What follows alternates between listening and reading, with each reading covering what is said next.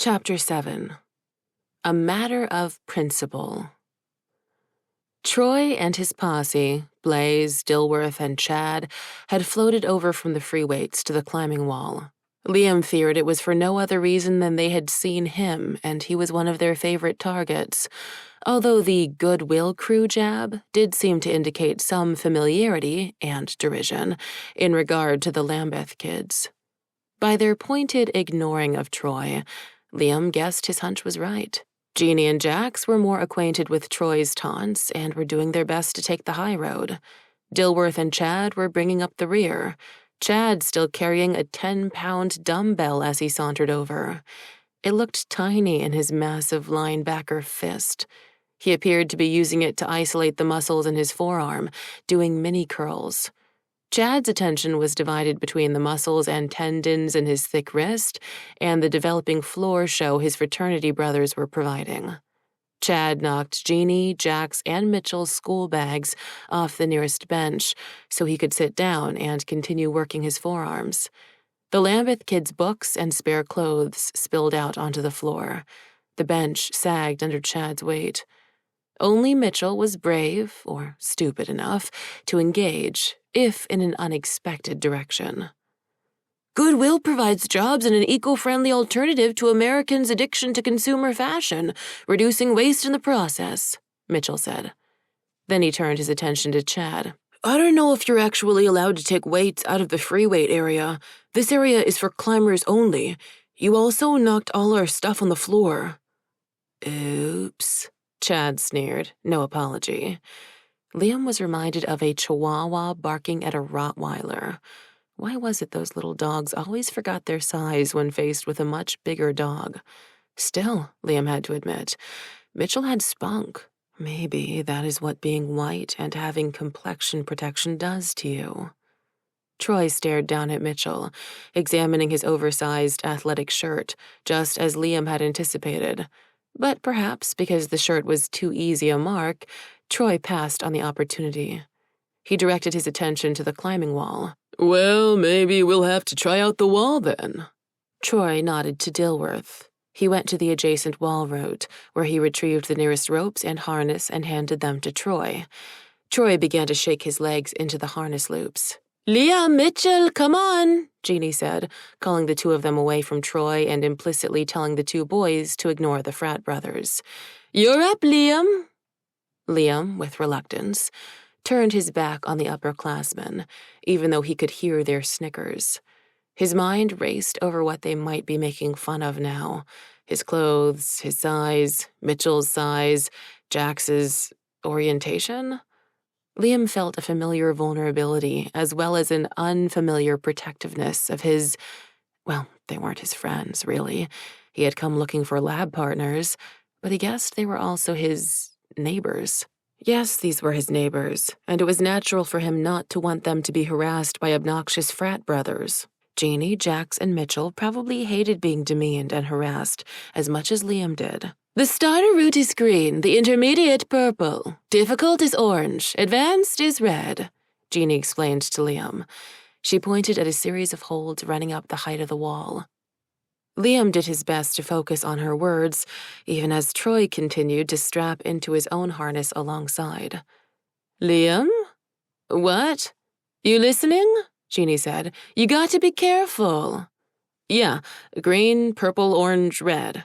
Liam stepped close to the wall. You can start with green, Jeannie said, but Liam remembered that was not the route she had been taking. It's all right. I'll go with red, Liam said, staring now at Troy, who was on his left, looking sidelong at him. Red sounds great. Maybe a race to the top, little man? Troy said, jovial and light, as if they were friends or something. Liam knew better. His pulse pounded in his temples, as if he were about to step into a boxing ring with an overmatched foe.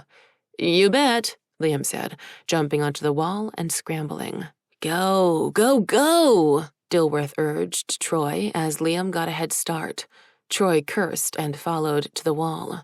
Jeannie was not so far below Liam yet that he couldn't hear her complain about the stupidity of boys and the dubious evolutionary advantages of testosterone. Liam ignored her. He focused instead on his arms, his legs, and the opportunity to humiliate Troy. The red route was difficult. Liam's arms and shoulders were aflame with aches and strains before he was more than a few feet up.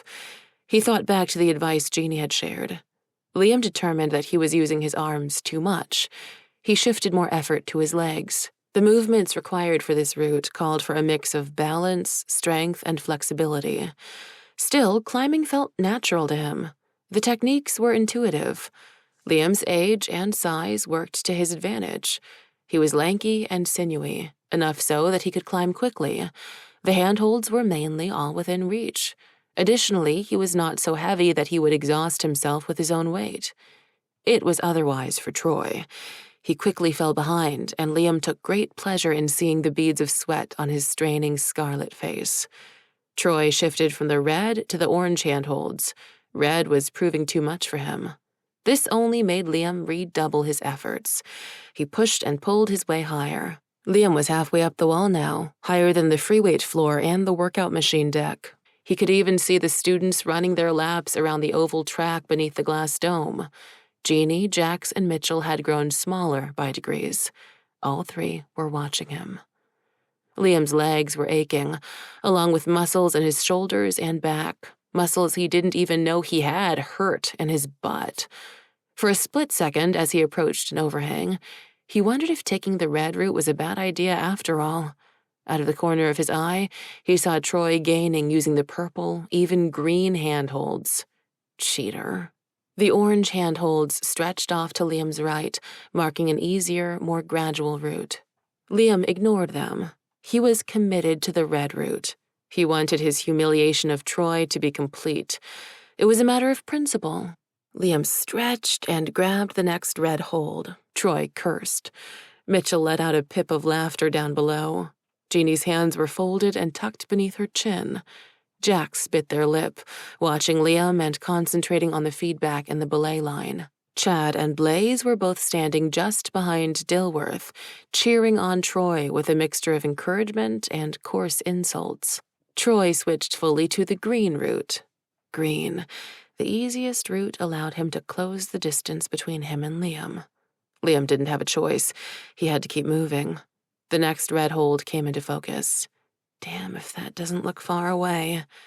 The face of the wall loomed outward. The pitch was even more extreme up close. This was a bulge made to approximate the edge of a cliff. It was the last, most difficult obstacle before the goal at the top of the wall. Troy's grunts and curses were growing closer, his own safety line beating against the wall as he climbed, the pulleys on the belay whining as Dilworth drew in the slack. Liam reminded himself that he had already had a much better showing than Troy, climbing higher and faster on a harder route. But he knew that wouldn't matter, even if Troy had taken an easier way up. If Troy reached the top first, he would brag and hold it over Liam's head. Troy would treat the routes as equal in their difficulty, no matter the reality. The unfairness of it was galling. That alone focused Liam's dwindling energies. Liam told himself it was just a climbing wall, and he did have a safety harness. Jax knew what they were doing on the other end. Liam wasn't in any real danger, even if winning this contest felt like a matter of life and death. The opportunity to show up Troy in front of his brothers, especially after the humiliation of that morning, felt so irrationally important just then. Liam swung his weight upward and jumped. His size and shape, having served him well up to that point, came to their limit with the final series of holds. Liam would never manage to stretch out to reach the last one, and he knew it. Launching himself was the only recourse. Liam hoped pride and spite would give him the last shot of adrenaline he needed. A few stray thoughts about what Jeannie had said regarding testosterone passed through Liam's head in the microseconds he floated between holds. But all his thoughts were eventually forced out by an overwhelming focus on his fingertips. They brushed the grips of the next hold. Liam put all his efforts into securing purchase, flexing his left arm, hand, and fingers. For a blessed moment, he landed his grip and held on.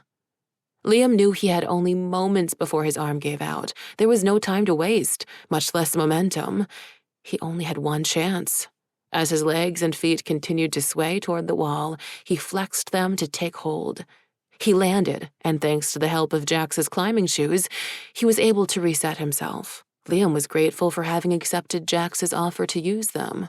He pumped his legs and reached up with his right arm, the one not utterly spent from the swing. Cold steel against the palm of his hand had never felt so good. It was easy from there to claw his other arm, shift a shoulder, then his legs, followed by his hips and butt, and move his center of gravity onto the topmost platform. Liam was on the grading now, higher than the free weights and exercise machines, higher than the students running on the track deck. The air up here was noticeably warmer, everyone down below so much smaller. Jeannie, Jax, and Mitchell threw their arms up in celebration, jumping up and down. They all knew it had been about more than this simple race up the wall. Troy's comments about goodwill and his disdain for Lambeth kids had turned this into a referendum between in-crowd and out-crowd, haves and have-nots, blue bloods and blue collars. Liam made no effort to conceal his grin as he stepped off the platform, and Jax lowered him down. Jeannie and Mitchell were still cheering as Liam touched down on the padded floor. Blaze and Chad were booing Troy, who had abandoned any further efforts to even reach the top. Dilworth lowered him down with an abrupt thump. "Oh, man, you let a Lambeth nerd beat you," Blaze said. "Yeah, like that kid. He's, not even adopted," Chad said. "You should join the Rowe sisters," Blaze added. This insult to Troy's masculinity was likely the worst insult of all, at least for Troy. Liam was happy Troy's brothers were doing all the further work of humiliating Troy for him. Troy's sneer, his flushed cheeks, his heaving chest, betrayed the depth of his weakness and humiliation. As Jax set Liam down, Mitchell high-fived him and Jeannie hugged him.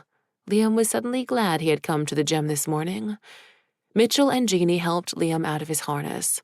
Liam's entire body was trembling. He walked over to the bench that had been vacated by Chad. The lineman had gotten up to cheer, then jeer at Troy. Mitchell and Jeannie were picking up the bags that Chad had scattered. Jax sat down next to Liam as he slipped off the loaner shoes. "That was impressive. Very cool," Jax said. "Thanks. The shoes made all the difference," Liam said, winded but grateful that someone with Jax's level of cool thought he was cool too. Liam had just slipped off the second shoe and was tying his own when Troy and his brothers passed. They had left their own harnesses and lines out and not properly put away. "You should move your stuff to the Rowe sorority house today," Dilworth said, still needling Troy. Troy's face, instead of turning back to a more normal shade of white, had gone from deep red to almost purple with rage. Blaze chose this moment to show his brother some sympathy. "It's all right, Troy. He climbed like he's half monkey. You can't compete with that." A chill rolled across the length of Liam's body, despite the heat of exertion. His skin crawled, the hairs on his neck stood on end, his scalp tingled. A tremor traveled down his arms into his fingertips, so that he had no choice but to ball his hands into fists.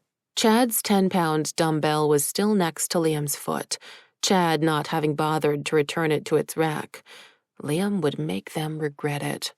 He wrapped his fingers around the dumbbell grip and hefted it up as he stood to follow the Frat brothers. Liam was left staring at the middle of their much broader backs, but their size was no deterrence to the outrage building within him. He had been able to ignore the adoption comment earlier, but not monkey. Liam waited until the brothers were alongside the next bench over before he caught up to them. "Excuse me, Blaze, what did you just say?" Liam knew Blaze had let drop the slur just to provoke a reaction, so Blaze had been listening, waiting to see if Liam would take the bait. Blaze turned immediately. He fixed his narrow eyes on Liam. Liam met his stare. He wasn't going to let this one slide. Of all Troy's friends, Liam imagined Blaze the cruelest. It was apparent in the way his scrunched-up face was always set in a permanent scowl, how his mouth was always just on the verge of a mocking smirk. Blaze didn't actually ever see people in the world at all, only potential punchlines.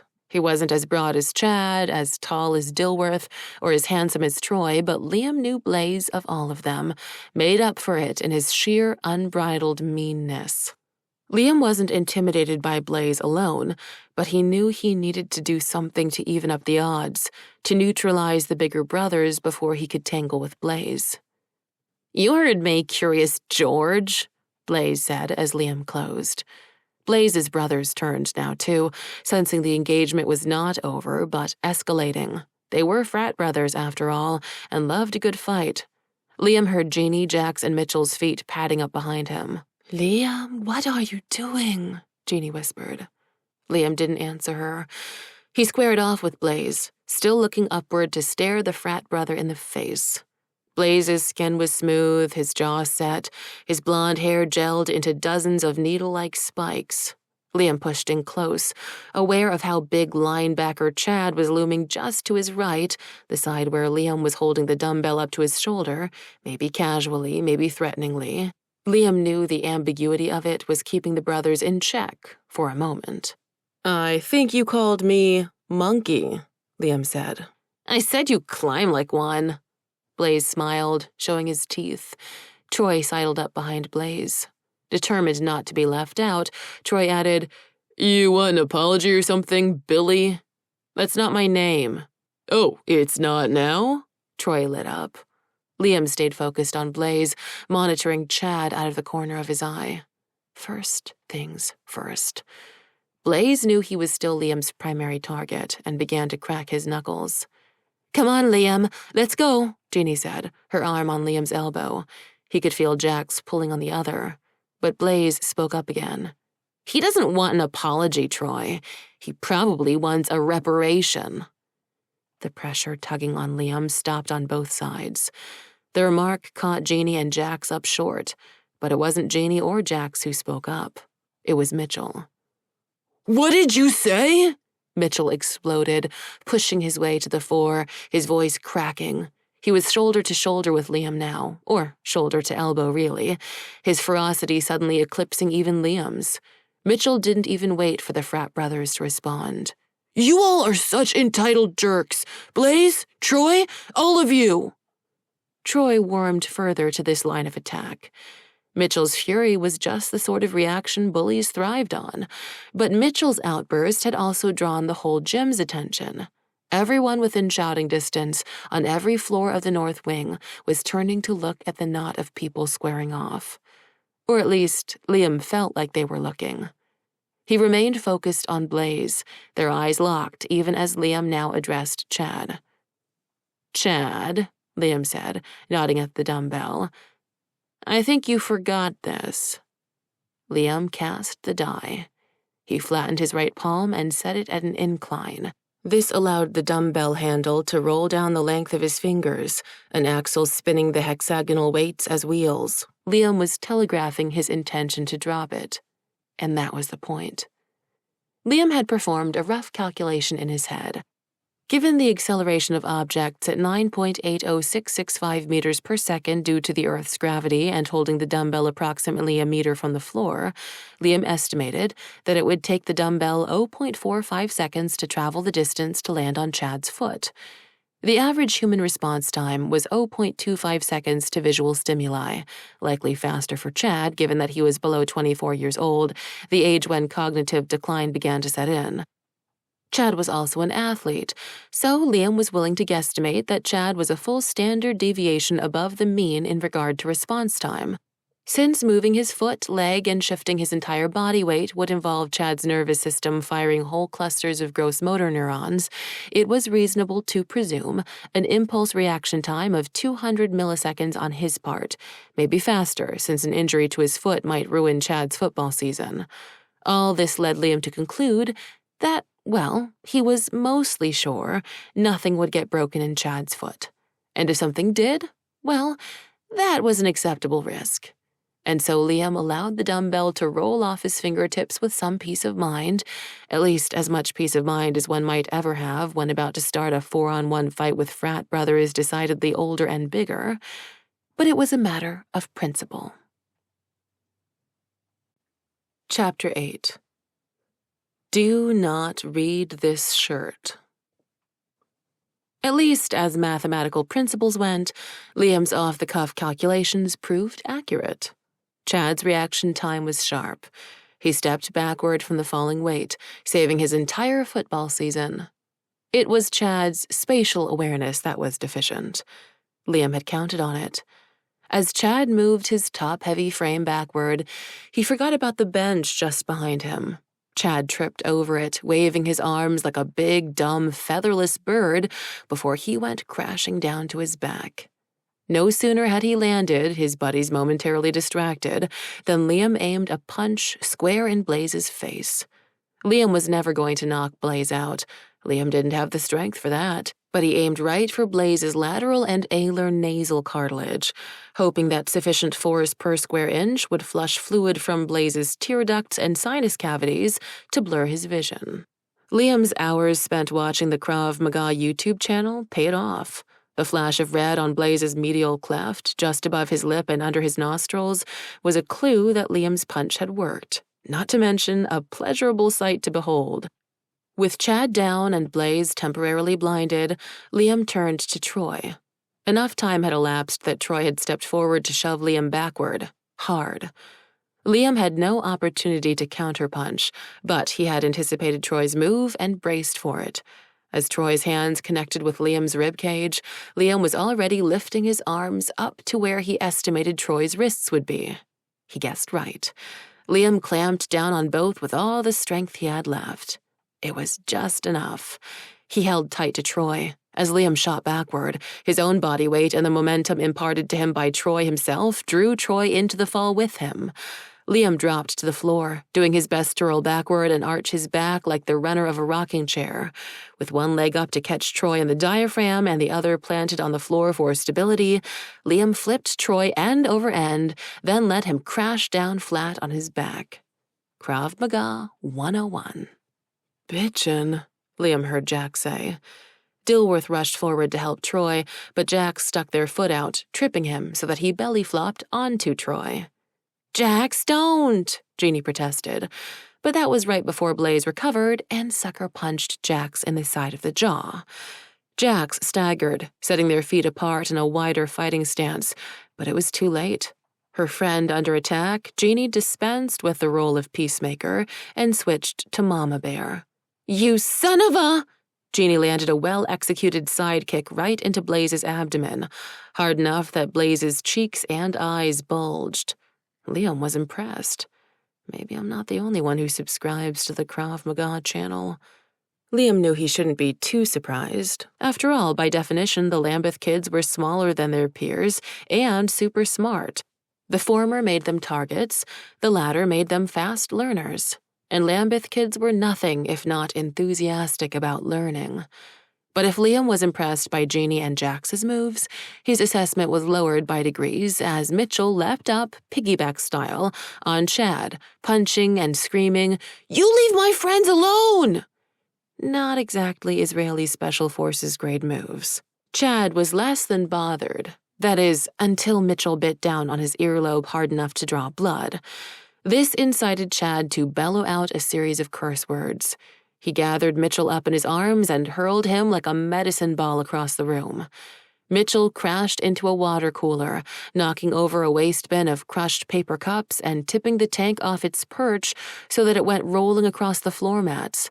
It began to spill its contents, rolling with a loud glug glug glug as it went. Some students went running while others whipped out their camera phones.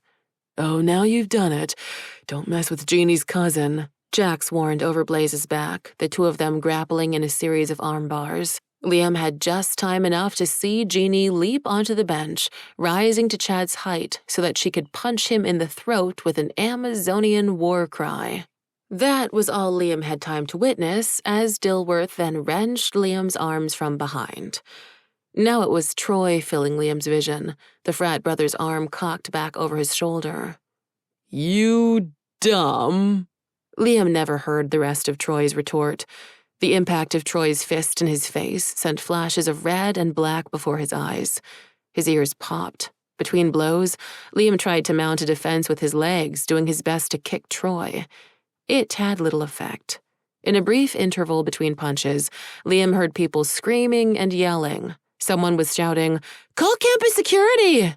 But Liam couldn't make out much more than broken flashes of running feet, a tangle of bodies tumbling over each other, and Mitchell swinging the half-empty water cooler tank like an oversized bat at Chad's head, the remaining water spilling out and soaking everything. But after 4 or 5 punches from Troy, the stars flashing in Liam's vision failed to fade, their shine blotting out anything else. Liam had known that picking a fight with 4 bigger frat brothers had always been likely to end this way, Liam getting his ass whooped. But he wasn't sure what alternative there had been. There was no way he was about to let Troy and his jerkwad friends get away with the adoption and monkey comments. It was a matter of principle. So, as Liam sensed the blood running down from his nose and its coppery taste in his mouth, he knew, even though it looked as if he was getting his ass handed to him, he was triumphing on the level of principle. Funny how a moral victory meant getting punched in the face repeatedly. Liam tried spitting on Troy as Troy leaned back, shaking out his fist. Hitting someone in the face hurt, after all. Liam was glad for that. He hoped to at least get some blood on Troy's clothes, ruining them, although he realized that donating his own blood to this cause came at a cost that might overshadow the unfolding moral victory. But still, principle. Liam did his best to come up with some smart comment like, "You can send me the dry cleaning bill." But as Liam searched his mind for something clever, he found his thoughts jumbled, likely from the head trauma.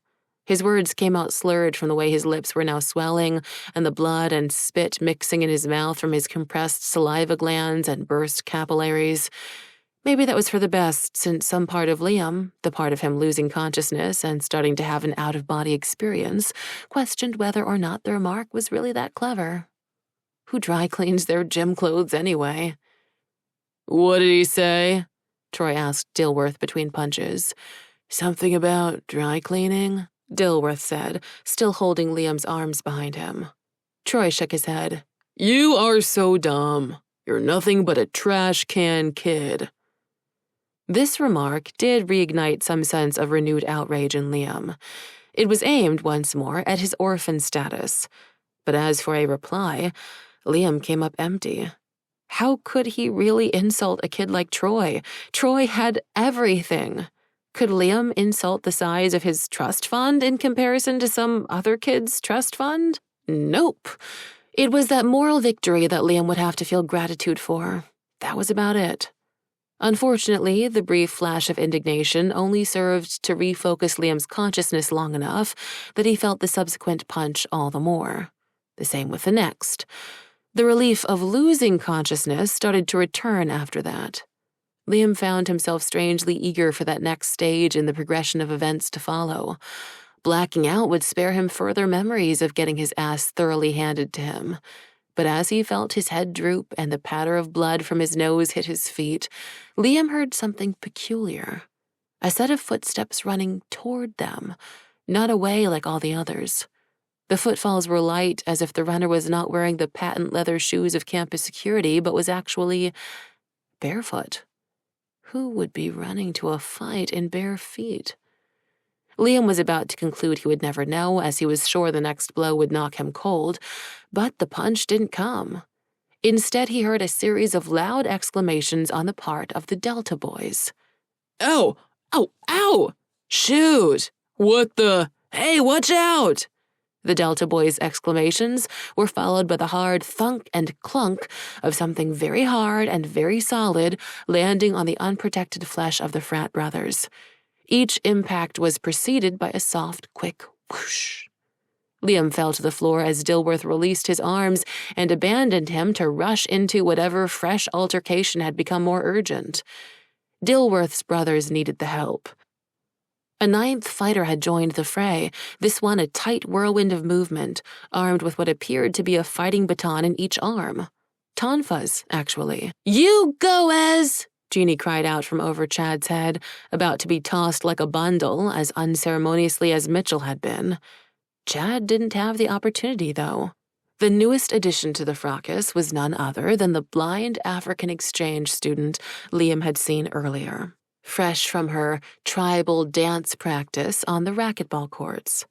Esmeralda still wore the loose-fitting pants that fluttered with her movements. Her top had been removed to reveal a sleek black t-shirt with white writing, but she moved too fast for Liam to read it. Moved too fast, despite her blindness. And likely to the surprise of everyone, maybe not the Lambeth kids who knew her, Esmeralda closed in on Chad.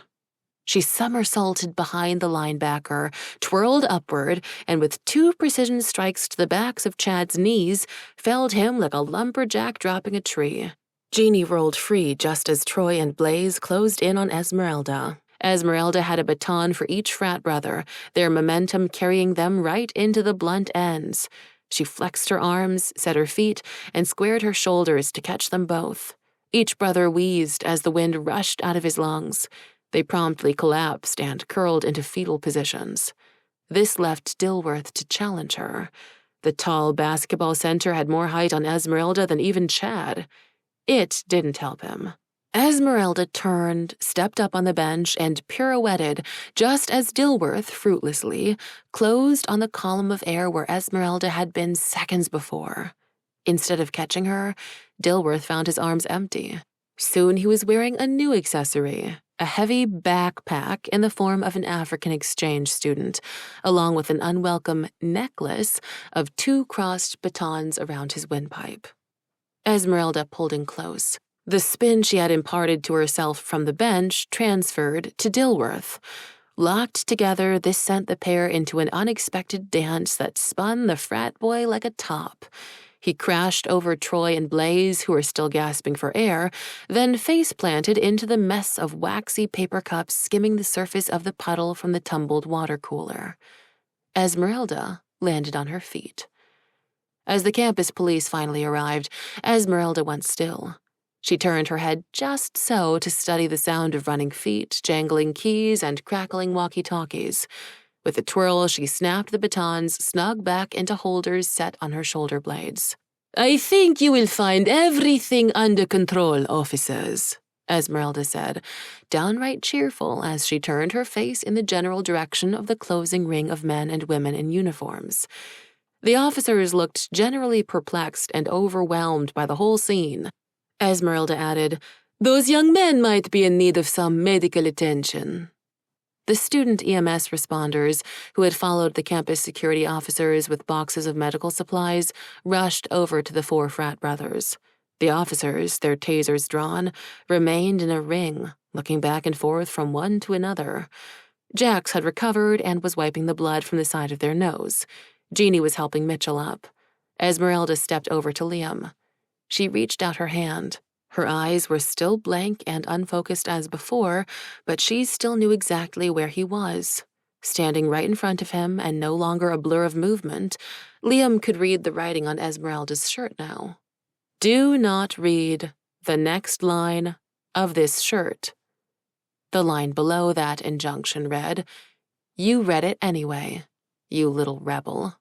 I like you." Dizzy and confused, Liam sounded out the words through his swelling lips before he had actually processed the meaning, much less the joke. He did his best to add his own inflection on the end, trying hard to make it sound like a question. After all, he didn't want to make Esmeralda, who for all he knew was an exchange student from the East African School for Blind Ninja Assassins who like to wear ironic t-shirts, angry with him. "Do not read this shirt?" But the faux pas was complete. Liam had fallen for it, demonstrating his utter lack of hipness. He'd blown it. Liam definitely was not as cool as Jax had dubbed him to be. "Please, don't wallop me," he begged Esmeralda. To Liam's relief, Esmeralda didn't. Instead, she continued to help him up, taking his hand in hers and lifting him under the shoulder with the other. "Oh, is that what this shirt says? Good to know. They didn't have it in Braille." In the wake of his ass being handed to him, Liam was having difficulty determining if his visually impaired martial arts-trained assassin exchange student savior was joking or not. There wasn't much time to find out. Liam was quickly tugged free of Esmeralda, wrangled by campus police who put zip ties around his wrists. This was what Liam interpreted as a gesture on the officer's part to show that they had taken control of the scene. Of course, it meant restraining the first black male they saw. So predictable. Esmeralda leaned toward Liam, smiling, winking even, as a female officer steered her away and zip-tied her wrists too. "Don't worry, kid," Esmeralda said. "You are a little rebel. Lousy fighter, but definitely a rebel. You got potential." Liam decided he could settle for that. Chapter 9. Light It Up with Lemons. The officers removed the zip ties from Liam, Esmeralda, Jeannie, Jax, and Mitchell. Once all 5 of them had been interrogated, their student ID numbers verified, their statements recorded, and their files updated. They were kept separate from the Delta brothers while the frat boys were processed. The campus police representative said all their cases would be referred to the Advisory Council for disciplinary measures. For Troy and his brothers, this meant little, if anything. It showed. Once all 4 were finished with their questioning sessions, they were released, breezily walking past the row of chairs where Liam, Esmeralda, Mitchell, Jax, and Jeannie still sat. "Later, losers," Troy said as he passed, flipping them off through the glass door once he was outside.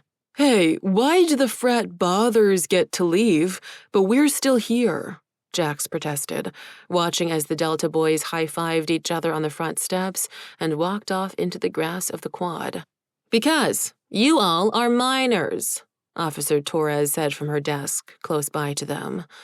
Torres was a Latina woman who had been assigned to take their statements. She'd proven to be sympathetic throughout the interrogations. She'd also given Liam an ice pack for his face. Of all of them, he looked the worst. It was the cost of living for principle, Liam concluded. Interesting how no one seemed too impressed. Officer Torres still had been obligated to charge them for disorderly conduct, but that was a lighter mark on their records than aggravated assault. The entire process took the whole of their mornings. They were all missing their classes, and it was just around noon. Liam's stomach was growling. Officer Torres must have heard it, because after getting up from her desk for coffee, she returned carrying 5 sandwiches wrapped in plastic wrap from the machine in the cafeteria, plus 5 coffee cups filled with water from the water fountain. "Here," she said, handing them the sandwiches and cups. "2 are vegetarian if any of you don't eat meat. I know it's been a long morning for you, and you still have to head over to the Dean of Students' office.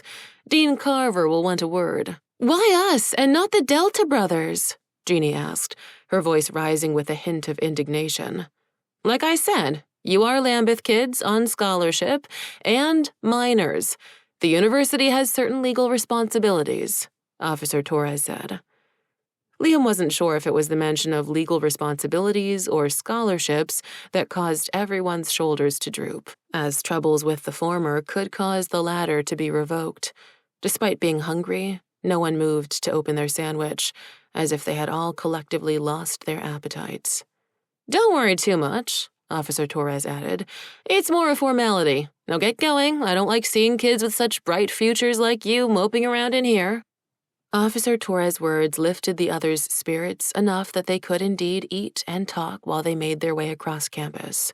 They were headed to Colgan East, the administration building, where Dean Carver's office was. "I wonder what their policies are for minors," Jeannie asked. "You think they will tell our parents?" "Probably," Mitchell said, his mouth frowning around a bite of his chicken tikka sandwich. "Maybe it will be up to Dean Carver's discretion?" Jax asked hopefully.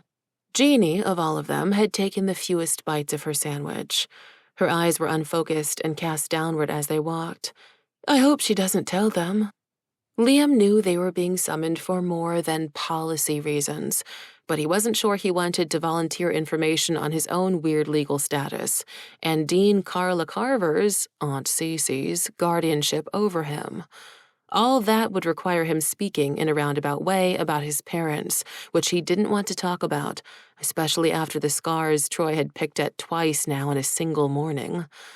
Plus, even Liam wasn't always clear on the nebulous language of his father's will, leaving him in the care of the university, which, since it was a state school, sympathetically intentioned lawyers had interpreted to mean Liam was technically a ward of the state.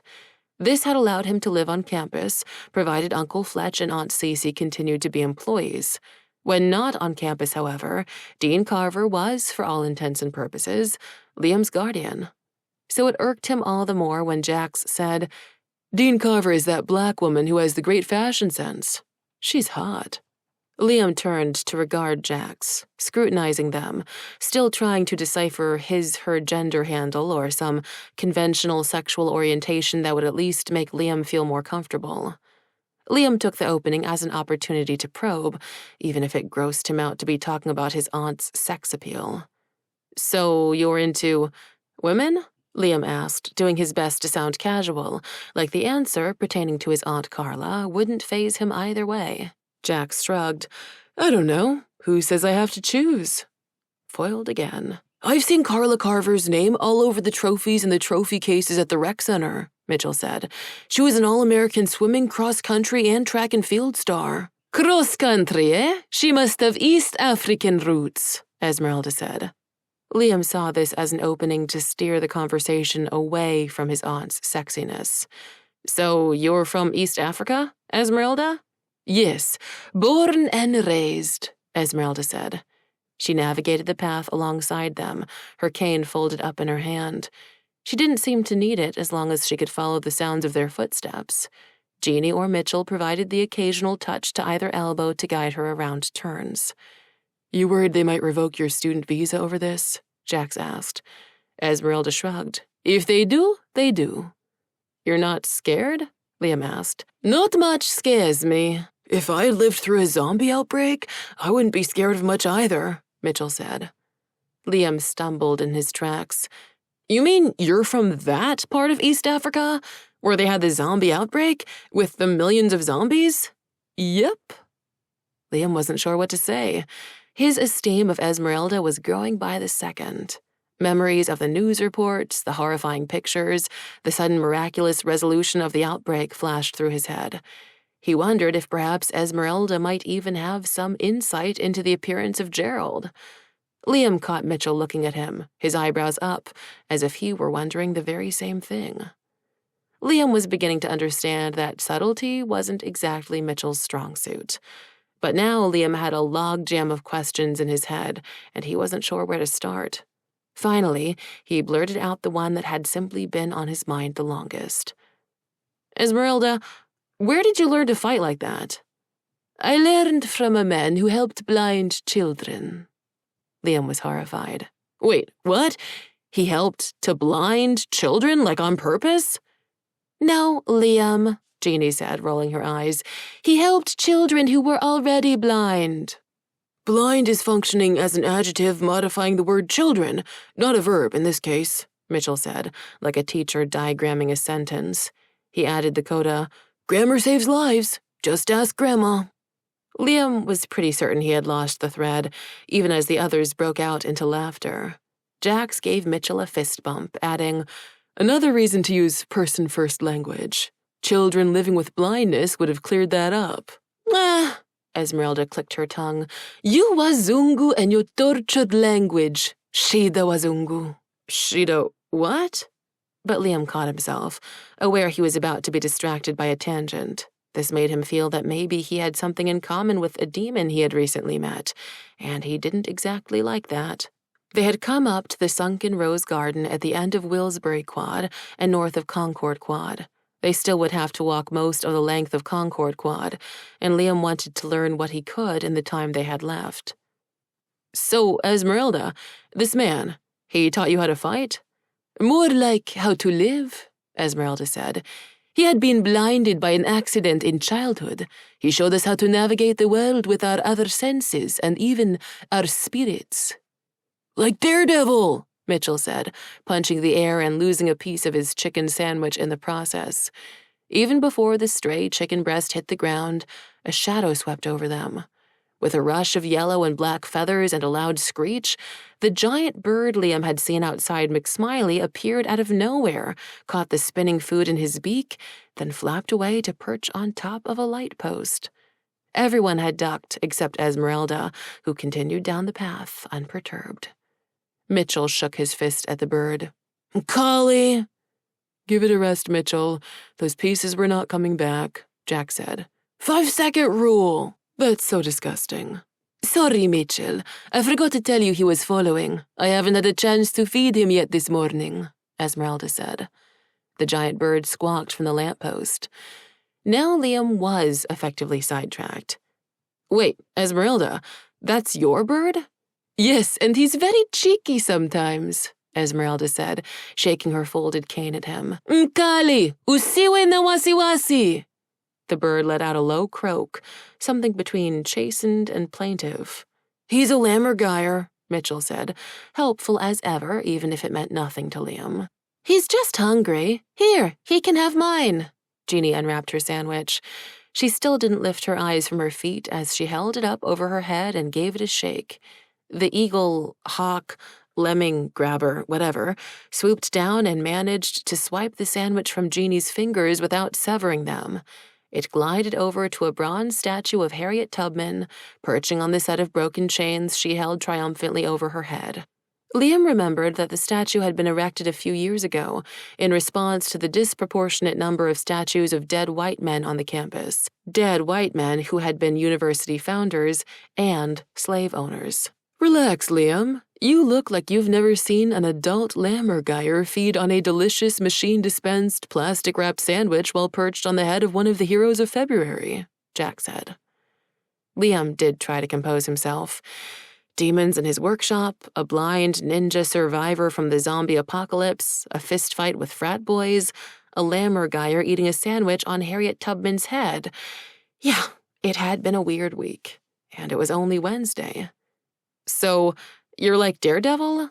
Liam asked Esmeralda, trying to pick up on one of the various threads where it had been left before the giant bird of prey, thousands of miles removed from its native habitat, had decided to dive bomb for deli sandwiches. Esmeralda clicked her tongue again. "He's a drama queen." "Daredevil?" "Yes, I stopped following that show when he started dating Deborah Ann Woll and not Rosario Dawson." "Because Deborah is white and Rosario is black?" Mitchell asked, Liam once more surprised by a white kid so comfortable talking about race. Most white kids would rather pretend race didn't exist, thinking that being colorblind was somehow a virtue.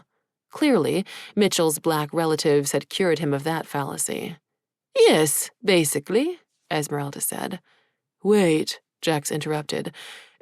When did you know who was black and who was white? You weren't exactly watching the show." "A sister knows a sister when she hears one." "Huh, all right," Jax conceded. "And I do agree, by the way. Rosario's character was more interesting, and way hotter." "Right," Esmeralda said, poking Jax in the shoulder. Liam was so confused. "Wait, Esmeralda, so you watch shows?" Esmeralda turned to Liam, her expression somber and grave, those unseeing jeweled eyes deep wells of grief. "No, Liam, I cannot watch shows like you do. I live in darkness." Liam swallowed a lump the size of a jawbreaker that had materialized in his throat. His cheeks felt hot even against the ice pack he was still holding to his eye. "Oh, Esmeralda, I'm sorry. I didn't mean, Jax and Mitchell burst out laughing. Even Esmeralda couldn't contain herself. "Relax, Liam. I am just joking," she said. "Oh, yeah, okay, jokes." Liam forced a laugh after a sigh of relief. "I get it. Right." "I don't normally like blind jokes," Esmeralda said. "I don't see the point." A pause in which Liam held his breath before the others burst out laughing again. "It's okay, Liam," Jack said. "Ez is just playing with you." "Oh, I wasn't sure if I should laugh or not, but now I see, I get." Liam's voice trailed off. Why was he so awkward? "Liam, I am at peace with my lot in life," Esmeralda said, rescuing him. This time her voice truly was serious, but it was also kind. Blindness is a burden in some ways. I don't like it, especially when I realize I'm eating another sticker. Why you Americans put stickers on all your fruit, I don't understand. But all things happen for a reason, even if we sometimes have to spend our whole lives trying to find that reason. The most important thing I ever learned from my mentor, Peter Matinda, was that sometimes the worst things that can happen to us can be a force for change. The worst parts of our stories, in time, can end up being the best. I guess, Liam said, even if he didn't really understand much of what Esmeralda was saying. It sounded like forced, empty optimism to him. It's a weird truism of the universe that we grow the most from challenge, adversity, even suffering. It's just the way things are. Esmeralda shrugged. Preach, girl, Jack said, giving her a dap. Peter also taught me never to start fights, Esmeralda said, poking Liam with her folded cane. But lucky for you, he taught me how to end them. When life gives you lemons, Jack said, their voice leading off in a suggestive way, as if setting up a joke. Make lemon bars, Mitchell offered. No, Jeannie said, her voice still deflated.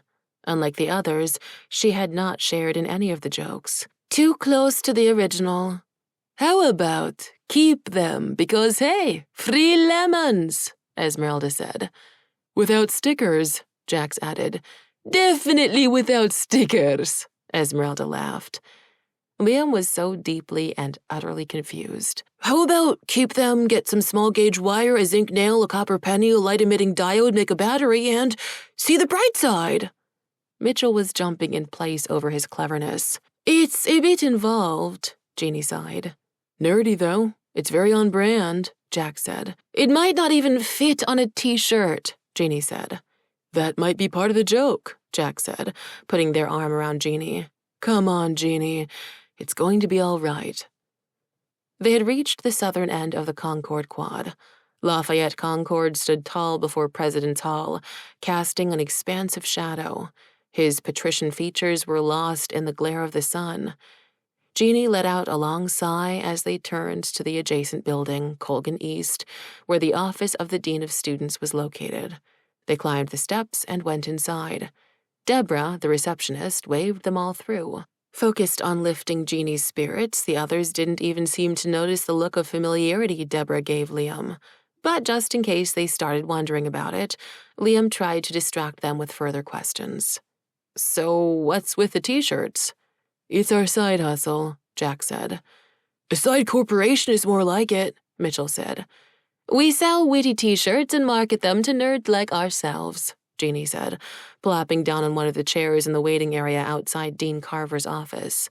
Like mine, Esmeralda said, pointing to the do not read t-shirt. They didn't have it in Braille, though, which is all right. I don't need strangers feeling my chest with their hands. If you're reading this, you are molesting me. In Braille, Jack said. It would be funny if I wouldn't have to slap people, Esmeralda said. What's your company called? Liam asked, his eye on the closed door of his Aunt Carla's office. He thought he could hear her voice as if she were on the phone. That's the thing. We haven't agreed on a name yet, Jack said, looking at Jeannie. J Money here wants it to be just right. Jeannie nodded but said nothing. Jax rubbed her back. We've been bouncing around a lot of ideas like sweet teas, Mitchell said.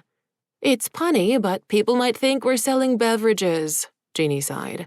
I still like snog teas because it's memorable, Jack said. Snog is British slang for smooch, Esmeralda explained for Liam's benefit, as if she had seen the quizzical look on Liam's face, even though she hadn't. But snog is probably too close to our competitor, Snorg teas, Jax added. Oh, I've heard of them. They have awesome shirts, Liam said. You're right. You kind of do the same thing as them. Not that similar. We are a unique brand with a unique brand identity and company culture. Jeannie was growing animated. Liam had touched a nerve. Okay, sorry. Yeah, you're totally different, Liam said. We're zany but deep, Jax continued. We bring the philosophy and the funny, the historical and the hilarious, whimsical, witty, and wise. It's all in our mission statement. Oh, wow. You all are for real, Liam said. We need to be, especially if Snorg sues us, Jax said with a wink, because our target demographics are pretty similar. Unabashed nerds, Mitchell said. Like us. Oh, I see, Liam said before looking at Esmeralda, shamefaced. Darn it if he didn't keep saying the wrong thing. I mean, I understand. Esmeralda didn't seem to take offense or even notice. Sue us or acquire us, Jeannie was saying. After all, that is the startup model these days. Become successful and just get bought out by the big players. Although considering our luck today, I'm thinking we'll get sued instead. Can't think that way. Retire at 25. That is our motto, right? Jax nudged Jeannie. Jeannie only managed a brief, unconvincing smile. Come on, girl. It will be all right, Jax encouraged, looking over to the frosted glass window of the office. They could all see Dean Carver's shape now. She was definitely on the phone, no doubt getting a summary of the incident form from one of the campus security officers. Jeannie sighed. We just took the bait. The Delta boys went low, and so did we, Jeannie said. The talk of T-shirts had not been enough to distract her from her mounting regrets. Liam was relieved Jeannie was at least opening up. Sometimes you have to fight back on principle, he offered. How did that work out for you? Jeannie said, eyeing his ice pack. Liam had no response. But it was sort of fun pummeling them, Jax said. Did anyone else notice that when Troy's shirt ripped off, he had a tattoo of Tigger on his shoulder? Like Winnie the Pooh Tigger? Mitchell asked. Yeah. Sort of ruins that cherished childhood memory for me, Mitchell said. Come on, guys. We have to do better than pummeling them back, Jeannie countered. But isn't that an unfair burden in itself? Mitchell asked, serious now. The oppressed party having to spend energy on restraint that the oppressors don't? It's like Jesse Williams said in his Bet Humanitarian Award speech. The burden of the brutalized is not to comfort or educate the bystander. Wait, Liam interrupted. Mitchell, you watch Bet? Liam's question went ignored as Jeannie responded to her cousin. It is unfair, but no one said anything about this was fair, Jeannie asserted. We can't drive out hate with hate, violence with violence. That's not the formula. That's not the way of the universe. You know it, I know it. It only perpetuates the cycle. We have to respond with something different. Easier said than done, Jax offered. Technically, everything is easier said than done, Mitchell said before adding, except talking, I guess. Talking is about the same. Mitchell, sometimes, Jax shook their head. Esmeralda responded with some sweet moves. Did you see how she spun Dilworth around like a top? Liam said, playing for comic relief. Angular momentum. It makes the world go round, Esmeralda said. Now that is going on a T-shirt, Jax announced, pointing at Esmeralda. Very on brand. More high fives followed. Is there really money in T-shirts? Liam asked. Serious paper. Nothing to sneeze at, Jax said. Sneeze tease, Esmeralda snapped her fingers. Good alliteration, Jax commented. Actually, it's assonance, Mitchell corrected, in what was clearly an irrepressible spirit of helpfulness. With any other crowd, it might earn him a wedgie. Among Lambeth kids, it was appreciated. But how about this one? Alliteration is alarmingly addictive. Assonance and alliteration in that one. That's definitely going on one, Jack said. More high fives. It's turning into a productive morning. See, Jeannie, we got lemons, and we're lighting things up with lemon bars, Mitchell finished for them. I guess, Jeannie said, but that one still needs some work, cuz. But there would be no time to work on it. The door to Dean Carver's office swung open. Liam's Aunt Cece glowered at them. She wore a burgundy blazer and a black skirt over a white blouse with a coiffed gold scarf that matched her earrings and brocade. She stood before them, exuding style and authority. Her nails wrapped once, twice on the door handle. She did not look happy. Good, you are all here. Get inside. You have some explaining to do. Liam knew his Aunt Carla well. This was not an auspicious start. Her tone was enough to silence them, each of the Lambeth kids staring down at their hands in their laps. Liam hopped down from his chair first. He did start the fight, and even if the others didn't know, this was his aunt. He thought it was best that he lead the way. He adjusted the ice pack, hoping that by calling attention to it, he might elicit some sympathy from Aunt Cece. She saw through his ploy, dismissing it with a disapproving humph as Liam walked into her office. Maybe Jeannie was right. Maybe they were screwed.